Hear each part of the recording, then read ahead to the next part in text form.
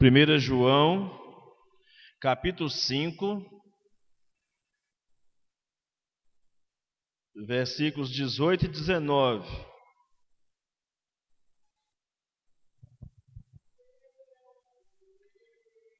Olha o que diz a palavra do Senhor aí. 1 João, capítulo 5, verso 18 e 19. Sabemos que todo aquele que é nascido de Deus não vive em pecado, porque quem é nascido de Deus guarda a si mesmo, e o maligno não pode tocar nele. Sabemos que somos de Deus e que o mundo inteiro jaz no maligno. Amém? Amados, esse texto faz parte daquele grupo de convicções. Nós temos falado aqui, e essa é a parte 5 das convicções indestrutíveis do cristão. E qual convicção é essa que João está dizendo aqui? O crente ou crentes verdadeiros não vivem na prática do pecado. João está categoricamente afirmando isso aqui. Crentes verdadeiros não vivem na prática do pecado. Essa é uma convicção indestrutível na vida do crente. Ou seja, o crente deve se apossar dessa verdade na sua luta, no seu combate contra o pecado, e não buscar artifícios, textos isolados na palavra para justificar a sua vida de pecado. O que acontece muitas vezes é isso na vida do crente. Ao invés dele se apegar a textos bíblicos como esses, que falam diretamente, categoricamente, que o crente verdadeiro não deve viver numa prática pecaminosa, ele não está dizendo que o crente não peca. Ele está dizendo que o crente não deve viver na prática do pecado. Ou seja, ter o pecado como estilo de vida. É disso que João está tratando aqui. Mas às vezes as pessoas preferem buscar um dos textos preferidos. Um dos textos preferidos de muitos crentes é aquele texto que Jesus diz que a carne é fraca. É texto preferido para quem quer se esconder atrás dos seus pecados, atribuir a sua luta ou a sua permanência, muitas vezes, às vezes não está nem lutando para vencer o pecado, não está permanente no pecado, não está lutando para vencê-lo, então se justifica sempre com essa parte, apenas uma parte do versículo, porque Jesus disse que o Espírito está pronto, a carne é fraca, mas o Espírito está pronto, e eu preciso me valer do Espírito e não da carne, para vencer o pecado. Eu preciso alimentar o meu espírito e não alimentar a minha carne. Porque nós temos uma nova natureza, mas enquanto estamos nesse corpo mortal, guarde bem isso, irmão. Nós temos uma nova natureza, mas enquanto estamos nesse corpo mortal, o velho homem ainda está aí, escondido. E se der brecha, se você alimentar o velho homem, ele vai causar embaraço na sua vida, com certeza. Então, o pecado causa isso. O pecado causa um grande embaraço na vida do cristão, do crente. Entristece o coração de Deus. O pecado atrapalha o relacionamento do homem com o seu Deus. O pecado faz isso. E o apóstolo João aqui não está descartando o fato de que somos pecadores. Ele aqui não está negando a nossa natureza pecaminosa. Ele está afirmando que agora, como cristãos, como crentes em Jesus Cristo, nós temos uma nova natureza que não admite uma vida no pecado, um estilo de vida pecaminoso. É isso que João está argumentando aqui. Embora ele admita que o pecado seja uma realidade sempre presente, no entanto, ele está convicto de que o verdadeiro crente não vive na prática do pecado, não sente prazer no pecado. Não é que o crente não peque. O crente, quando peca, não pode sentir prazer pelo pecado, ou seja, se apaixonar mais tanto pelo pecado a ponto de abandonar o caminho da salvação, o caminho de Jesus, o caminho da comunhão. Se é verdadeiro crente, ainda que seja um pecador, há de se arrepender e voltar para os caminhos do Senhor. Se não é um verdadeiro crente, sofrerá, porque aquilo que a Bíblia está dizendo lá embaixo, de que o maligno não lhe toca, está falando de alguém que está comprometido em guardar a si mesmo. O que é guardar a si mesmo? Viver uma vida de santidade. Ou seja, se você vive uma vida de santidade, Satanás não tem oportunidade. Porque todo pecado cria brecha na sua vida. E toda brecha gera legalidade. O diabo se acha no direito. Ele não tem direito nenhum sobre você. Mas se você se entrega ao pecado, ele se acha no direito de atacar você, destruir você, de acusar você. Ele já faz isso normalmente, sem que você faça nada de errado. O diabo questiona até as motivações do seu coração. Fez isso com Jó e certamente fará com cada um de nós diante de Deus. Então João está aqui dizendo que o crente, quando peca, o pecado deve ser um acidente, deve ser casual, deve ser porque ele foi enredado pelas artimanhas do maligno. O pecado foi um acidente de percurso e não um estilo de vida. Não é normal o crente viver no pecado. Todo crente peca. Infelizmente, bom seria se não pecássemos. De vez em quando a gente fala uma coisa que não deveria ter falado. De vez em quando a gente pensa uma coisa que não deveria ter pensado. De vez em quando a gente faz alguma coisa que não deveríamos ter feito. Isso acontece com todas as pessoas crentes em Jesus Cristo. Infelizmente. Mas o senso, Davi tinha problemas seríssimos, irmãos. Seríssimos na condução da sua família. A Bíblia não escondeu os pecados de Davi, de adultério, de assassinato. A Bíblia não escondeu um pecado de vingança que Davi alimentou no seu coração contra Joabe e Simei. Até no leito de morte ele fez Salomão jurar que mataria os seus inimigos. A Bíblia não escondeu os pecados de Davi. Mas a Bíblia chamou Davi de homem segundo o coração de Deus. Não foi pela capacidade de não pecar, mas sim pela capacidade de se arrepender de seus pecados. Porque o limpo não é o que menos se suja. Limpo é o que mais se lava.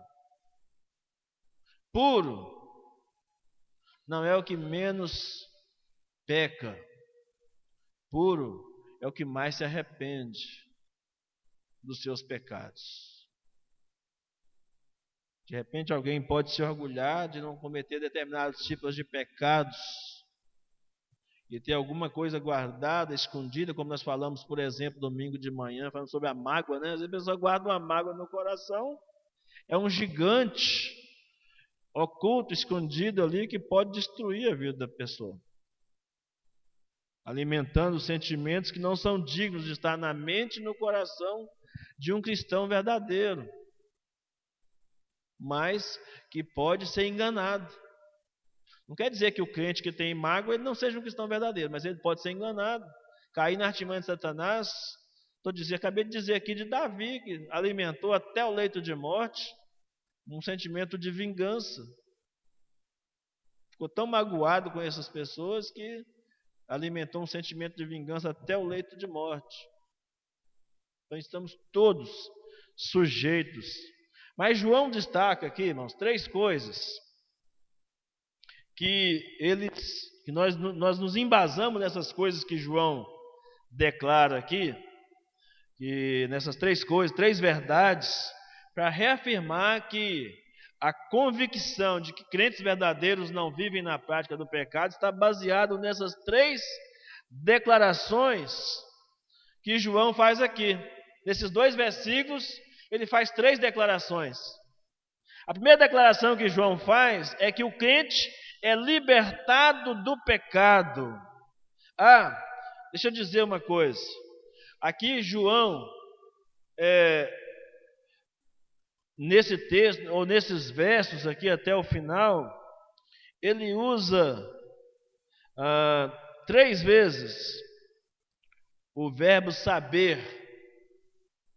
Ele usa 3 vezes o verbo saber, na primeira pessoa do plural, porque ele inclui a si mesmo no negócio. Quando ele está dizendo sabemos, ele está colocando ele também no jogo, na cena do problema. E o verbo saber aqui na língua original tem um sentido de saber por teoria e saber por prática. Essa é a ideia que João está passando aqui. Eu sei e vocês sabem também, nós sabemos. Nós já fomos ensinados que esse tipo de atitude, esse tipo de comportamento, aí ele já tinha enumerado anteriormente vários tipos de pecados, não fazem parte do cotidiano da vida de um cristão. Pode até ser que a gente seja surpreendido em alguma falta como essas, mas não fazem parte do cotidiano do cristão. Então ele diz, primeiro, sabemos que todo aquele que é nascido de Deus não vive em pecado. Veja que nos versículos anteriores, nós falamos na semana passada, os versos 16 e 17, ele havia dito que há pecados para a morte e há pecados que não são para a morte.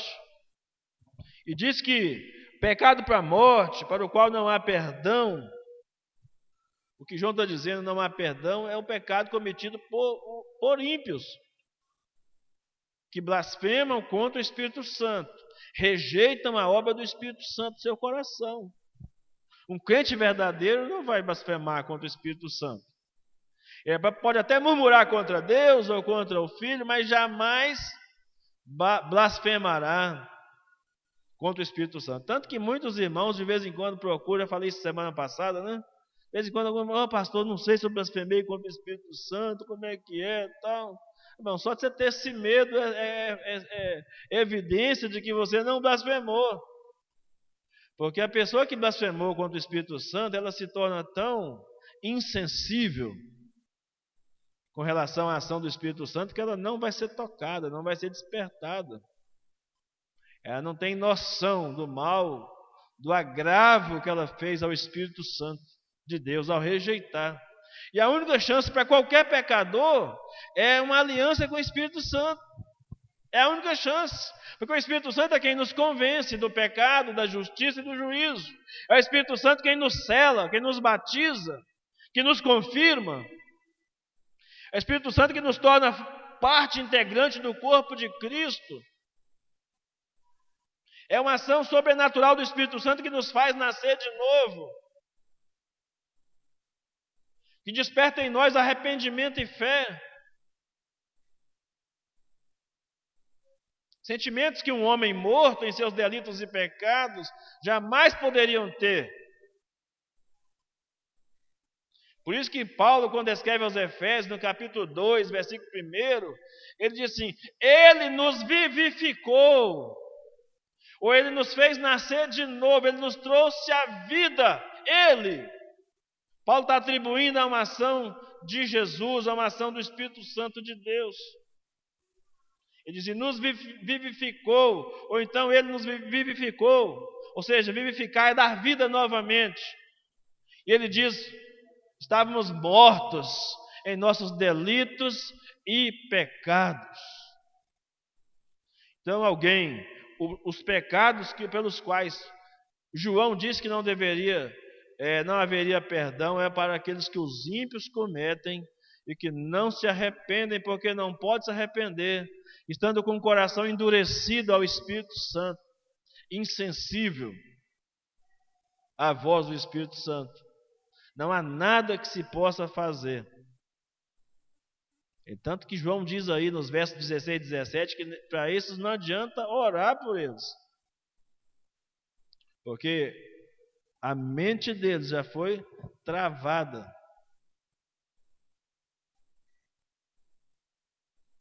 Não é que Deus não possa fazer, irmãos, não é isso.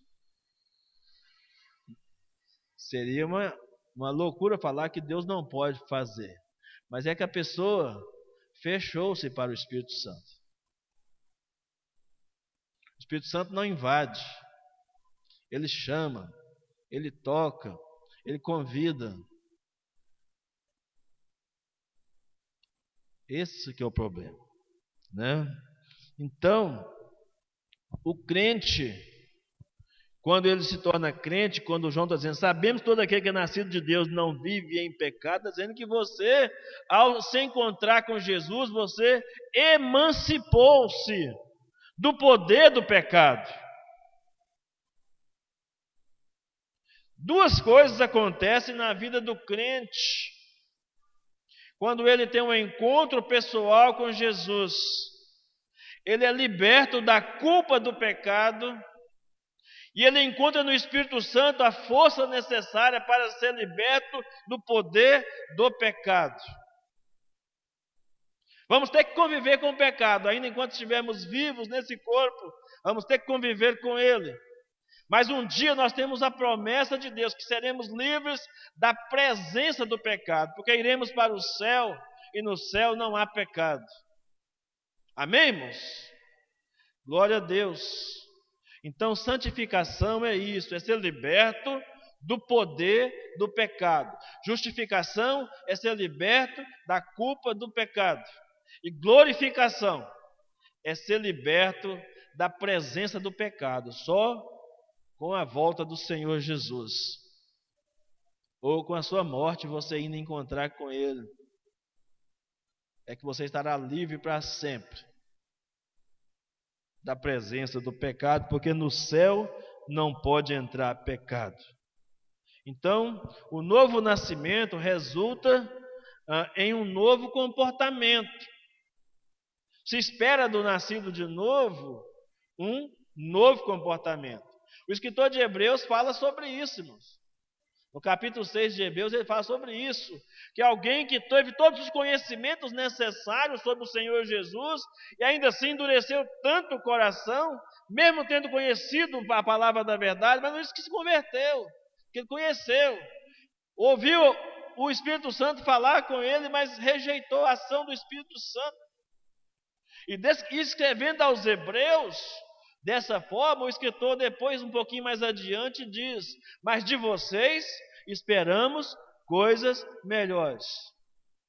Parece que é o verso 10 ou o verso 12, se eu não estiver enganado, do capítulo 6 de Hebreus. De vocês esperamos coisas melhores, ou seja, do cristão sempre se espera coisas melhores. Coisas melhores, né? Então, por ter uma nova natureza, por ter uma nova mente, por ter um novo coração, por ter uma nova vida, por ter uma nova família, por ter uma nova pátria, então o crente agora, então o pecado agora não pode ter poder sobre a sua vida. A Bíblia diz em Gálatas, não dê ocasião, não use a sua liberdade, você foi liberto em Cristo, você está livre, mas não use a sua liberdade para dar ocasião à carne. A Bíblia diz.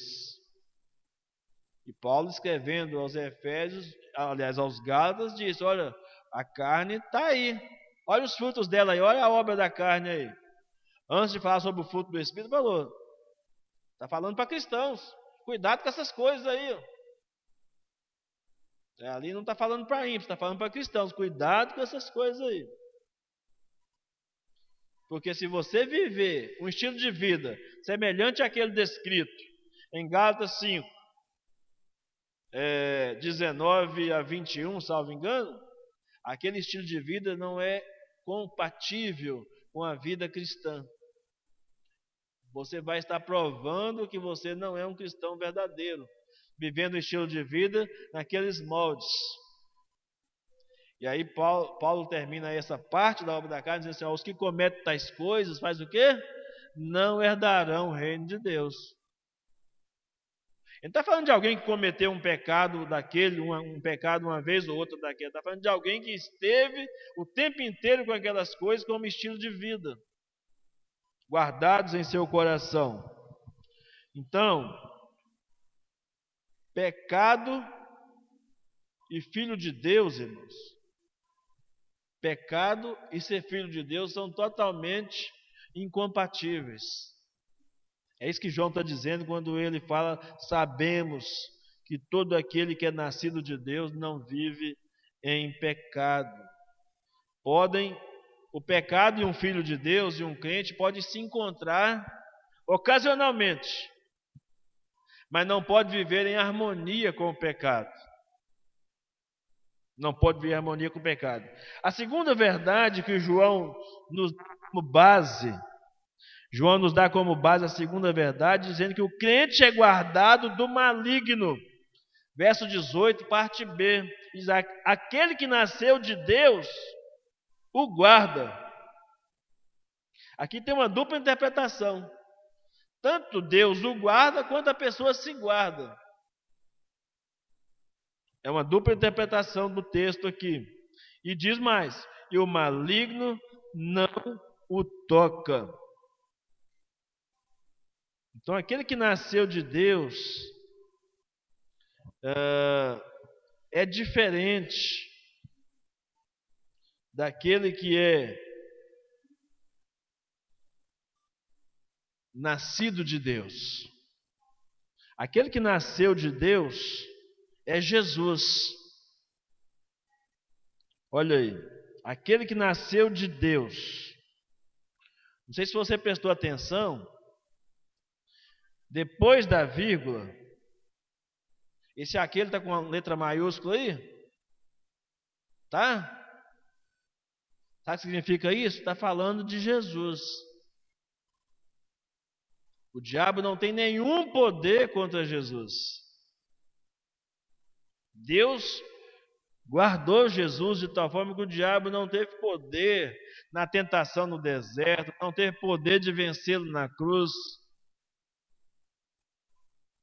Jesus é exaltado. Esse aquele maiúsculo é uma referência a Jesus.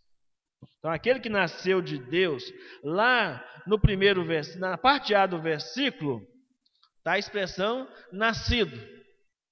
Está se referindo a nós. Aqui na parte B do versículo, vai aquele que nasceu de Deus, e o maligno não lhe toca. E aí o que acontece conosco então? Se você está guardado em Cristo, o maligno também não vai tocar em você. Amém, irmãos? Olha que coisa fantástica. O diabo não pode tocar em Jesus. Se você estiver guardado em Jesus, o diabo não pode tocar em você também. Não é por você, não é por sua causa, mas é por causa de Cristo. É Cristo quem nos guarda. E nós nos guardamos porque vivemos em santidade para agradar a Cristo. Nós nos guardamos em Cristo quando nós vivemos em santidade. É a obra de Cristo que é atribuída a nós. É o que João está ensinando aqui. Então são pequenos detalhes no texto que, se a pessoa não tiver estudado o texto, por exemplo, não entender essa literatura aqui, vamos dizer assim, vai ficar perdido. Por quê? Porque que pela lógica da língua portuguesa, não é assim? Esse aquele aqui, depois da vírgula, deveria vir em letra minúscula. Mas como é uma referência a Jesus, está em letra maiúscula. Então, os irmãos que são mais antigos da igreja sabem disso. Eu tenho dito aos irmãos constantemente. Né? São testemunhos, né? Tem que observar o quê? Os detalhes do texto, o verbo. Até um verbo faz diferença na compreensão do texto. Até uma vírgula faz diferença no no entendimento do texto. Tem gente que lê tudo, come os pontos, come as vírgulas, come a exclamação, a interrogação. Aí não vai conseguir entender o sentido do texto. Mas não se aflija, ninguém é obrigado a entender tudo isso. Deus colocou cada pessoa na igreja com seus dons, com seus talentos, com a sua capacidade, para que cada um cumpra os seus papéis dentro da igreja. Nós temos professores, nós temos os mestres na igreja, temos os pastores, temos os evangelistas, né? Temos vários cargos, vários dons na igreja, para que a igreja ninguém seja um fim em si mesmo. É lógico, se você tiver condições de ter um bom dicionário, pelo menos um bom dicionário da língua portuguesa, porque às vezes a pessoa lê um versículo, lê uma palavra na Bíblia, não entendeu, mas não tem nem a curiosidade de pegar um dicionário para ler e procurar entender o que está escrito aí. Viu como é que faz diferença aqui a interpretação? A parte A do versículo fala sobre nós, a parte B do versículo fala sobre Jesus. Mas acaba falando sobre nós também, porque se nós estivermos guardados em Cristo, nós também não vamos ser tocados pelo maligno. Que bênção, irmãos. Olha que coisa fantástica da palavra de Deus para nós. Então é só pelo estudo é que a gente chega a essas conclusões. Aquela leitura que a gente faz corrida assim, a gente às vezes não pega esse tipo de compreensão do texto aí, né? Então, não é o crente na sua força, na sua carne, na sua ousadia que vence a artimanha de Satanás. Em Salmos, acho que é 20, verso 7, o salmista diz assim: uns confiam em carros, outros confiam em cavalos, mas nós faremos menção no nome do Senhor, né? Nosso Deus, Senhor dos Exércitos. Fazemos menção do nome do Senhor, é nele. A minha parte é viver em santidade, e eu vou estar guardado em Cristo, né? Eu disse aqui que há uma dupla interpretação, porque não no sentido que eu me guarde a mim mesmo. Eu tenho que guardar a mim mesmo no sentido de uma santidade, de viver uma vida de santidade, para que eu esteja escondido em Cristo. Não dá para estar escondido atrás de Cristo com a vida cheia de pecado. Os pecados têm que ser confessados a Cristo, para que você seja guardado, para que o inimigo, ao chegar diante de Deus para te acusar, não reivindicar direitos de atacar você, de atacar a sua vida. Então, é Jesus, o Filho de Deus, que nos mantém como filhos de Deus também, firmes. Então, aquele que nasceu de Deus, guarda a todo aquele que é nascido de Deus. A expressão que João usa aqui, do nasceu e depois do nascido, ele faz um jogo de palavras para dizer que Jesus é Deus, Jesus é da essência de Deus. E nós fomos nascidos dele, ou seja, um outro tipo de trabalho que ele nos fez por ação do Espírito Santo, referindo-se ao novo nascimento. Por isso que ele disse a Nicodemos: quem não nascer de novo não pode entrar no reino de Deus. A terceira coisa, aliás, ainda dentro dessa questão aí, por que os crentes precisam ser guardados? Nós estamos imunes às tentações? Claro que não. Estamos sujeitos às tentações. O maligno está sempre procurando afligir ou atingir os filhos de Deus. Ele mente para os crentes. O diabo distorce a palavra de Deus, irmãos. Foi o que ele fez com Eva lá no jardim. Distorceu a palavra de Deus para enganar Eva. Ele distorceu a palavra para tentar enganar Jesus no deserto. Por isso você tem que estar convicto que alguém chegar com a palavra para poder justificar uma situação. Mas peraí, você diz que está escrito, mas aqui também está escrito isso aqui, ó. Está escrito, mas aqui também está escrito. para que o diabo não leve vantagem sobre nós. Então, esse maligno não tocar, quer dizer que ele não pode mais nos deter, ele não pode mais nos controlar, né? Nós fomos salvos por Cristo, estamos guardados em Cristo, e Jesus é o nosso escudo de proteção. Se você estiver guardado em Cristo, eu costumo dizer de vez em quando que o melhor lugar para se estar é estar em Cristo. Não tem outro lugar melhor para se estar, a não ser estar em Cristo. É o lugar onde o crente nunca deve sair, tem que estar sempre em Cristo. A terceira verdade de João aqui está no verso 19, o terceiro sabemos dele, né? Ele diz, sabemos, aliás, aqui é o segundo sabemos, né? Sabemos que somos de Deus e que o mundo inteiro jaz no maligno. O maligno não pode deter você como crente em Jesus, mas o mundo inteiro está nas mãos do maligno. O mundo inteiro está nas mãos do maligno. O maligno não chega nem perto, não pode nem pôr a mão no Filho de Deus. Mas o mundo está em suas mãos, em seus braços. Jesus chamou ele de príncipe deste mundo. É o príncipe deste mundo.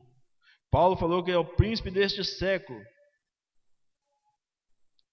Então a ideia de jaz não é de morrer. Aqui a ideia de jaz é de passividade. O mundo está passivo. O mundo não reage à ação de Satanás sobre o mundo é passivo, vive um relacionamento de passividade, de tranquilidade com as forças satânicas. Deixa eu ver o horário aqui. Vamos tentar em 5 minutos falar os 2 versículos de baixo aqui, versos 20 e 21. Então, ficou claro, irmãos? O mundo está no maligno, está em suas mãos, em seu domínio, e apesar de morarmos nesse mundo sob o domínio de Satanás, nós estamos guardados em Cristo. Amém? E os 2 últimos versículos da carta de João, verso 20 e 21, fala da última convicção indestrutível, de que Jesus é o verdadeiro Deus. Diz João aqui nos versos 20 e 21. Vamos ler. Também sabemos que o Filho de Deus já veio, nos tem dado entendimento para reconhecermos aquele que é o verdadeiro. E nós estamos naquele que é o verdadeiro, em seu Filho Jesus Cristo. Este é o verdadeiro Deus e a vida eterna. Filhinhos, cuidado com os ídolos. Em outras palavras, não confunda o verdadeiro Deus, que é Cristo, com os outros deuses, com os falsos deuses criados pelos homens.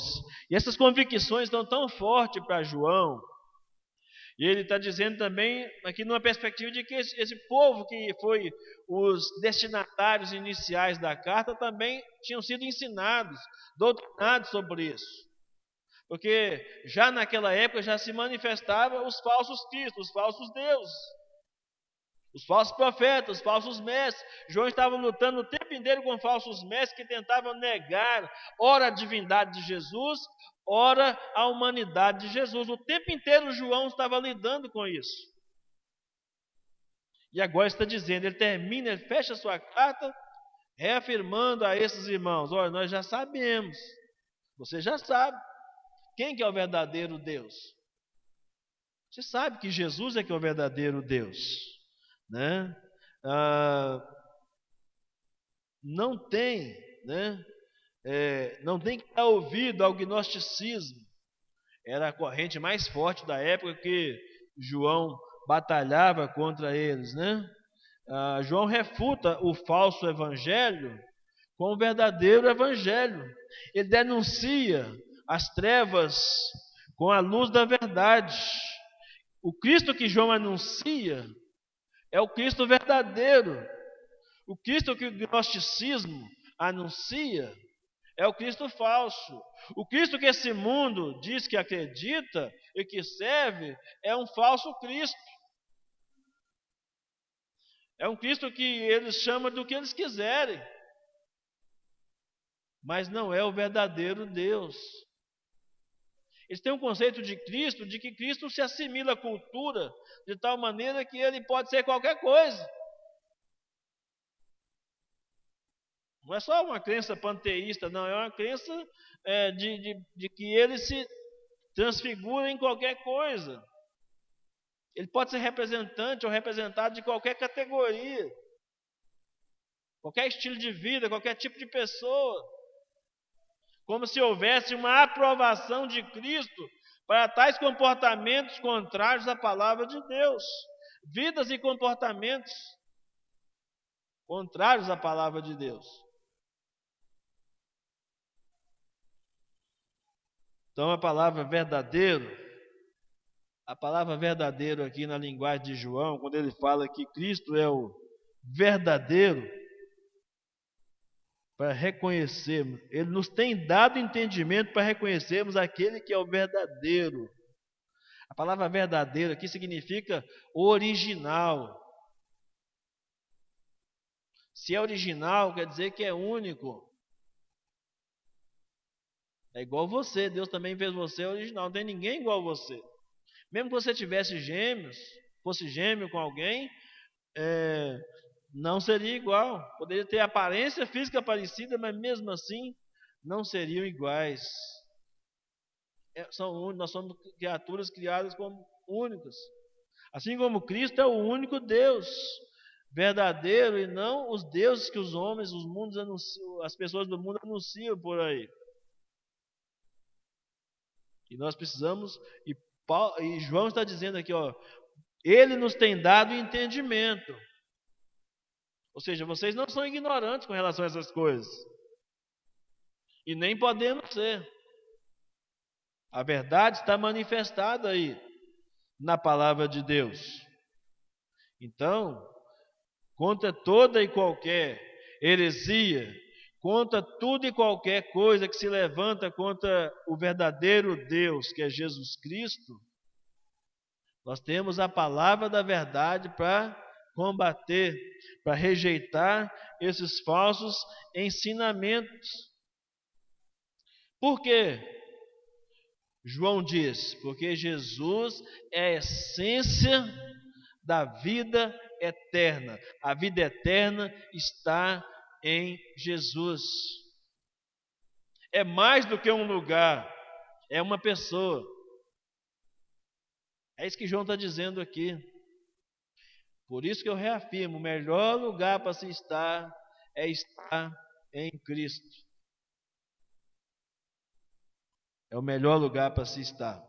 Então ele diz, este é o verdadeiro Deus e a vida eterna. E ele termina essa carta dizendo, todos os outros ídolos têm como essência o engano. Quando ele diz assim, filhinhos, guardai-vos. Aqui a palavra usada no original grego dá uma ideia de vigia. Vigia, fica com o olho bem arregalado, preste atenção. Não pode confundir, você não pode confundir o verdadeiro Cristo, que é a essência da vida eterna, com os falsos deuses, com os ídolos, que são a essência do engano. Não pode confundir isso. Como crentes, como verdadeiros cristãos, são convicções indestrutíveis para nós. Ninguém pode roubar de nós isso. Essa é a verdade mais pura, mais cristalina, que nós como cristãos recebemos do Senhor e que nada pode corromper. Que Satanás não pode atacar essa verdade. Então, vamos viver uma vida longe. E olha que João falava isso aqui, irmão, naquele contexto em que se adorava a deusa, a grande Diana dos Efésios. Domiciano exigia culto a César, lá em Éfeso. Ah, havia os deuses, né, da Roma antiga, os gregos com as suas crenças, né, os seus vários deuses. Então, João escreve isso dentro de um contexto de que havia uma crença exacerbada. Os deuses hoje mudaram muito para os homens, mas os homens continuam buscando falsos deuses, ao invés de buscar o verdadeiro Deus. Então, que Deus nos ensine e nos fortaleça na Sua palavra, para que nós estejamos revestidos com a Sua palavra, para enfrentarmos toda e qualquer situação como filhos de Deus. Porque, como diz o apóstolo Paulo em 2 Coríntios, né, nós não podemos ignorar os ardis de Satanás. Não podemos ignorar os seus ardis, suas artimanhas. Então, eu tenho que estar firme e convicto. Eu sei, como diz o apóstolo Paulo, eu sei em quem tenho crido. Né? Você também, como cristão, precisa dizer a mesma coisa. Essa é uma convicção que eu carrego no meu coração. Eu sei em quem eu tenho crido. E nada vai me demover dessa convicção. Amém? Deus assim nos abençoe com essa palavra nesta noite. Vamos orar ao Senhor. Senhor, nosso Deus e nosso Pai, nós queremos te agradecer, ó Deus, nesta noite, porque tão poderosa revelação o Senhor trouxe aos nossos corações, do teu cuidado conosco, da tua proteção, da defesa que temos em Jesus, e de nos ensinar, de nos alertar para não termos um estilo de vida da velha natureza, mas temos um estilo de vida de alguém que nasceu de novo, que foi transformado pelo Teu Espírito Santo para viver uma vida de santidade, uma vida agradável ao Senhor, Pai. Ó Deus, nós queremos estar sempre, continuamente em Cristo. Ajuda-nos nas nossas fraquezas, ó Pai, e nos torne cada vez mais firmes, convictos de que estamos firmes, seguros e confiantes, não em nós mesmos, mas na graça, no poder e no amor de Cristo. Muito obrigado, ó Pai. Fortaleça cada dia os nossos corações. Em Cristo Jesus, nós oramos agradecidos. Amém.